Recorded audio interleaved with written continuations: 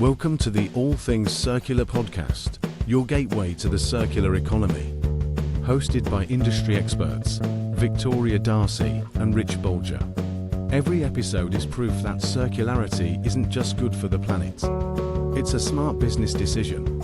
Our mission is simple: to empower, to inform, and to show you how to make the circular economy work for you.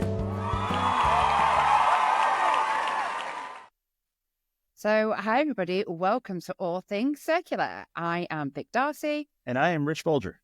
So, Rich, what have we got ourselves into? I think we got ourselves into a lot of fun in a topic that needs a whole lot of education and illumination. I'm still learning about it, and I'm excited for us to learn more from guests that we're going to have on the show. I know. So, we're just kind of getting started, as Rich said, and the circular economy is so big. I don't think, anybody realizes, and even us as we work in this industry, it's kind of, from right from the mining to the materials to the design, all the way through, not to the first use, the second use, the third use and beyond. Yeah, and I'm geeking out over the economic opportunity within the circular economy, matching used supply with used demand, building strategies for customer two, and how that can kind of go through and transcend industries. With technology, it's so much easier now to match used supply with used demand. We're going to have a whole bunch of guests come on that are going to talk about how it's being done in apparel, sporting goods, electronics. So we've got a lot of things to unpack. We do. So should we just introduce ourselves to our listeners? So Rich, why don't you give us a quick elevator pitch? Who is Rich Bulger? Yeah. My name is Rich Bulger. As we mentioned, and as you probably gleaned from logging into the podcast, I got pulled into the circular economy when I worked at Verizon. I had 17 years there, started as a temp and moved through customer service, sales, management, ran the largest retail district in the company. So half of my life I spent on commission sales. In 2009, I became the youngest director in Verizon for a $6 billion region with 10 million subscribers. And I had to do both operations, getting product into stores, out of stores. I had to drive down unwanted returns and manage financial metrics like discounts and credits, your true linear return programs. I also had a marketing remit. I had to figure out how to get customers and keep customers. And what pulled me into this space was in 2010, when we were ending retention discounts in the US, we were offering $100 off a purchase of the next new device if a customer was buying and renewing their contract. And we had conditioned customers for years to expect that. When the new iPhone came out, economically, it wasn't possible to do free phones or those discounts anymore. So I had a remit that challenged me to go through and stop discounting, but I also had a remit that required me to go through and maintain and grow market share. So my solution to that was piloting Verizon's very first retail trade-in program. And in 2010, everyone thought it was a crazy idea to buy phones back from a cell phone company. And I was even told at the time it was spelled SELL, not a buy phone company. And I needed to focus on selling more accessories and rate plans and figuring out a scheme to give people value. But it worked. And the two districts that took advantage of the trade-in program of 17 quickly became the number one and number two districts in the region in year-over-year growth and every attachment rate that we had, for a simple reason. Customers had more money in their pocket. Yep. And we were able to use that value to help sell more things. So we introduced a new revenue stream. We grew the linear sales that we had. Our customer satisfaction score increased. And we reduced harm to the environment because we kept things in circulation. And that pulled me into this reverse logistics space that I now call circular logistics, because forward and reverse don't resonate. Circular logistics, circular economy, building strategies for customer two is what the world needs right now. So I'm excited to work with you and share those stories. But I'll flip the question back to you. We're sitting here in the lovely UK, launching a podcast. And you and I have worked together before, so there's a little bit of history here. There is. Educate our readers who Vic D'arcy is and why did you decide to go at all things circular? Oh gosh, right. So a little bit about me. Fell into IT actually by accident. Cut my teeth in distribution, as do lots of people when they enter the industry. And then through an opportunity, actually through a charity event, ended up meeting a gentleman called Alistair Boroso, who we will interview at some point. And he had just taken on the role of running the remanufacturing group at Cisco, and said, come on, let's, you've got some spark. Let's work together. And that was really my introduction into remanufacturing, and I loved it. I loved the challenge of it, because certainly when I entered into remanufacturing, it was 06, 07. And it really, it was, nobody spoke about it. Nobody wanted it. I used to joke that you had to sell it twice. You had to sell it to the customer. You had to sell it internally as well, because there was this, fear, uncertainty, and doubt about it. But there was this real pushback against it. But actually it was really successful, because, the main points that we used to sell on really was, budget. But actually how you could be really smart with your budget by blending in remanufacturing, which would free up budget to invest in advanced tech. And that was the first way that we used to sell remanufacturing. And then kind of fast forward, then, really helping Cisco solve the problem with surplus. And that's a huge problem in all industries, whether it be fashion, electronics, where we worked, which is in networking and tech. Surplus is a big problem. Is that how do you solve that problem without jumping straight into recycling? And then that's where you and I met when we were building programs at Cisco, and I built a surplus program called Excess First. Then I built what was called the Cisco Refresh Outlet, which was the first e-commerce business that Cisco actually was doing direct to their partners, which was, and it was phenomenally successful. And I think it's, something that we should explore as part of this podcast. And then you and I built the ITAD program for Cisco, the Cisco Reuse program. And it was wonderful, because we were able to demonstrate that the value getting back through selling product versus putting into recycling was 5 times more. And the numbers really spoke to themselves, and it really resonated. So lots of time at Cisco, and then I've entered the market now as a consultant, but I'm really, really passionate. I'm also a parent, so I'm concerned about the overuse and overconsumption of critical elements. But also, I love building things. I love showing people value where they don't think value is. I get a kick out of it. That's a skill set, finding value in things that people no longer want. Yeah. But technology's made it really easy to do that. Now, my recollection at Cisco is you and I agreed on absolutely everything.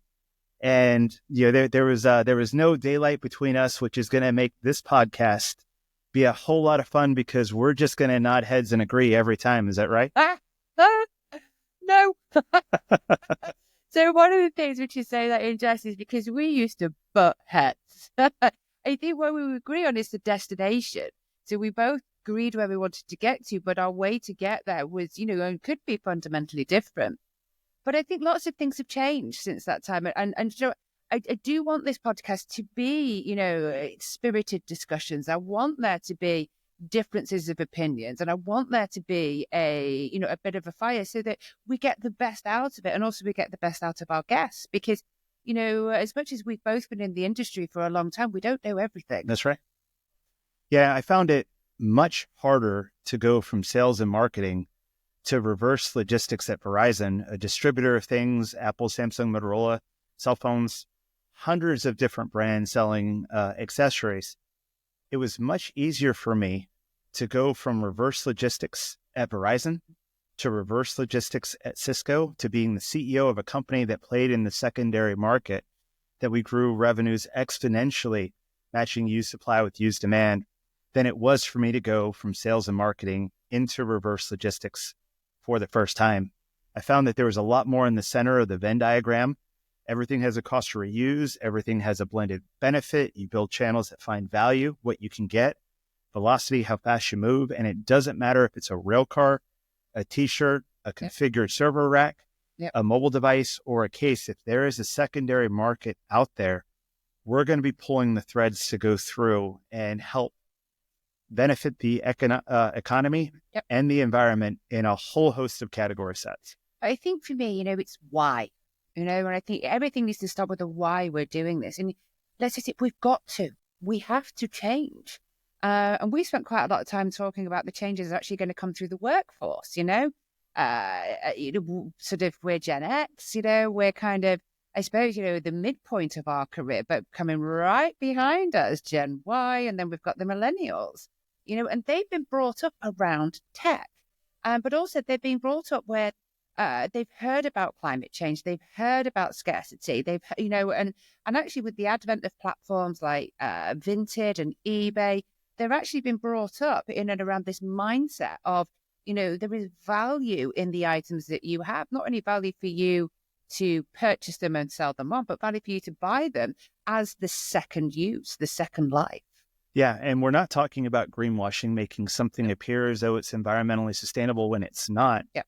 We're talking about building new business models that go through and take advantage of different buying behaviors where Gen Z millennials will spend more to do less harm, and they expect to go through and find things used. They're willing to do it more so than, as you mentioned, Gen Xers like us and baby boomers.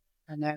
One of the things that I do really want to dive into on this podcast, though, is going to be items like greenwashing. They're going to be really tough conversations because the intent isn't there, I don't think, to do harm. But also the intent also isn't there, or it's a bit too not on my watch, or somebody else will be in this job in a couple of years. This apathy towards it, and it's got to stop. And I don't like disingenuous behaviors. I don't like disingenuous sweeping statements in the market. And I think, one of the things I would like to do without getting us sued is to call them out. Yeah. One of the things I loved about working with you is we had a relationship of constructive dissent.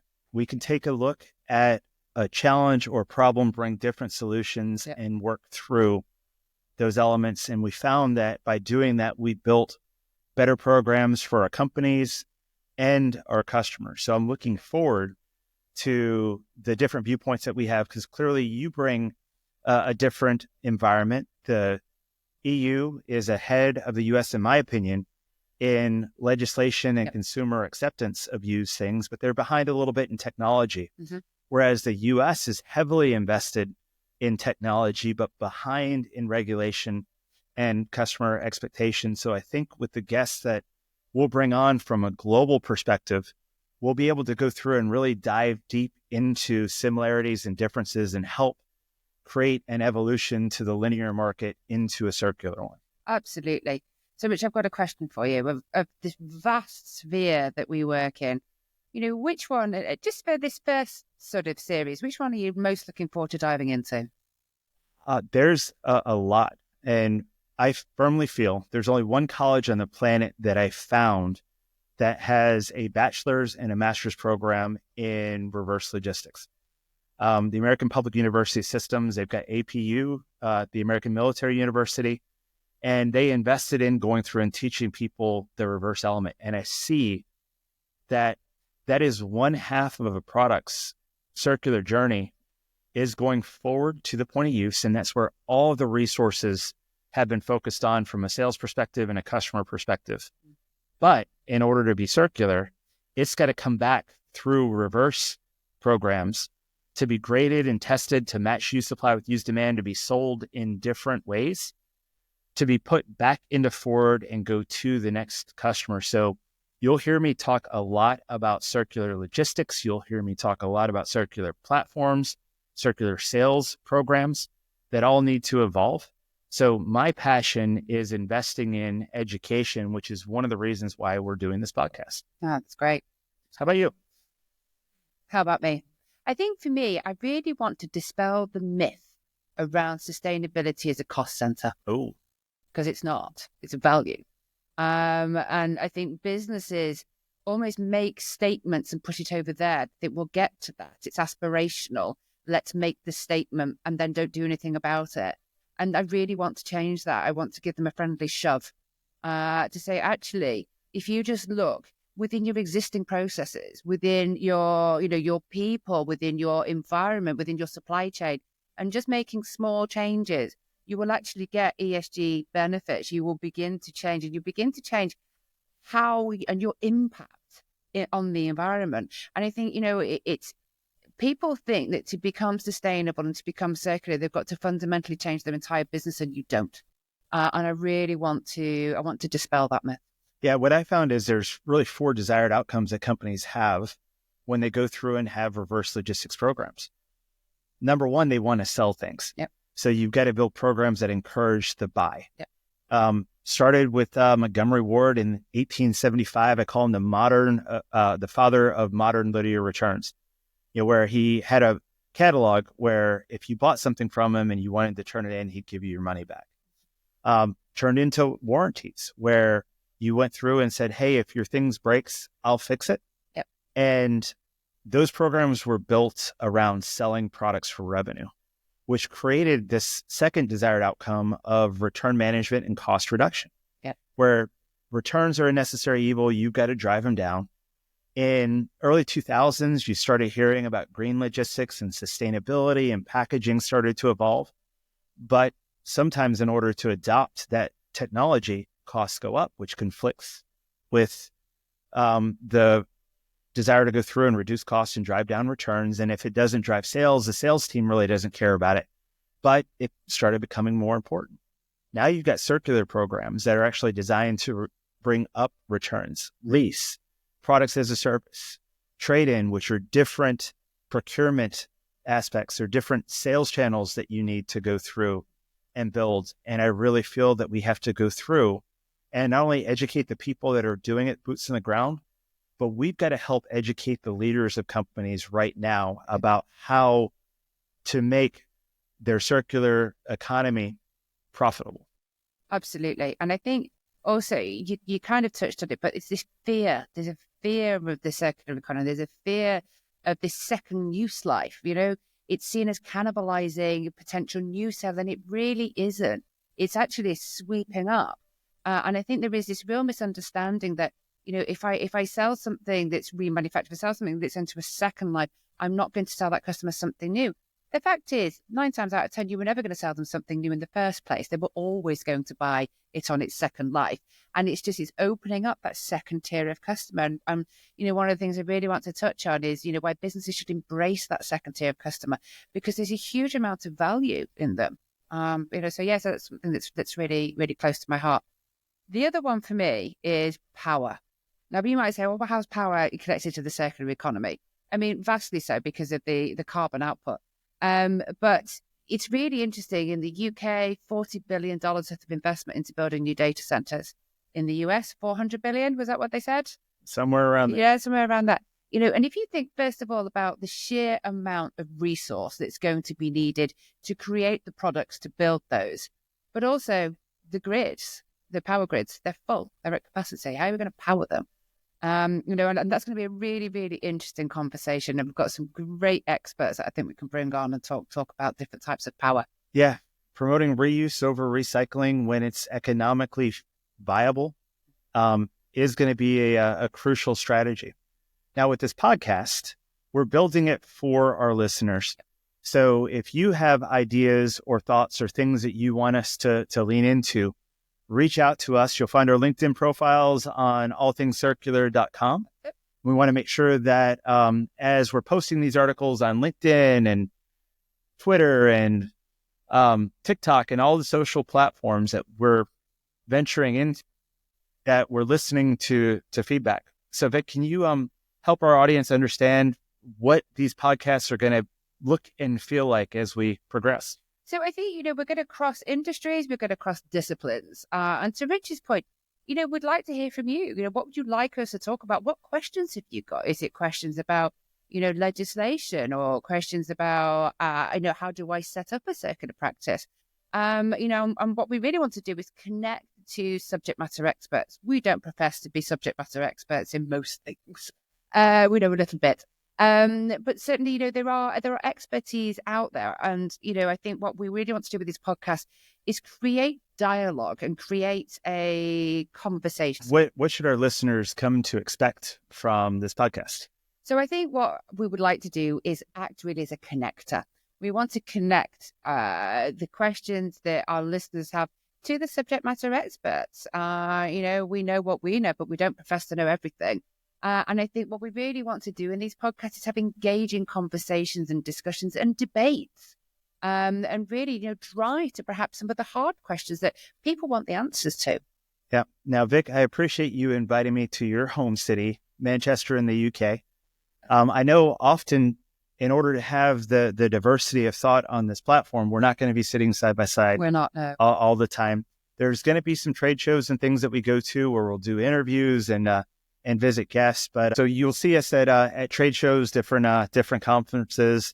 There'll be some customers that will go on site and businesses to go through and see really how they're doing it. Yep. So I'm looking forward to going on this journey with you. I'm looking forward to going on this journey with you all as well. Vic, any final thoughts to the listeners of the very first podcast of All Things Circular? Well, first of all, thank you for joining us on this journey. I'm really excited. I think that we're doing something new. We encourage and, really like your feedback, but most of all, just thanks for joining us. All right, let's disrupt. Let's change the game. Absolutely. And let's go through and benefit the environment and the economy at the same time. Oh, I'm looking forward to this. Thank you for tuning in. Bye. Thanks for tuning in. Please head over to allthingscircular.com to learn more.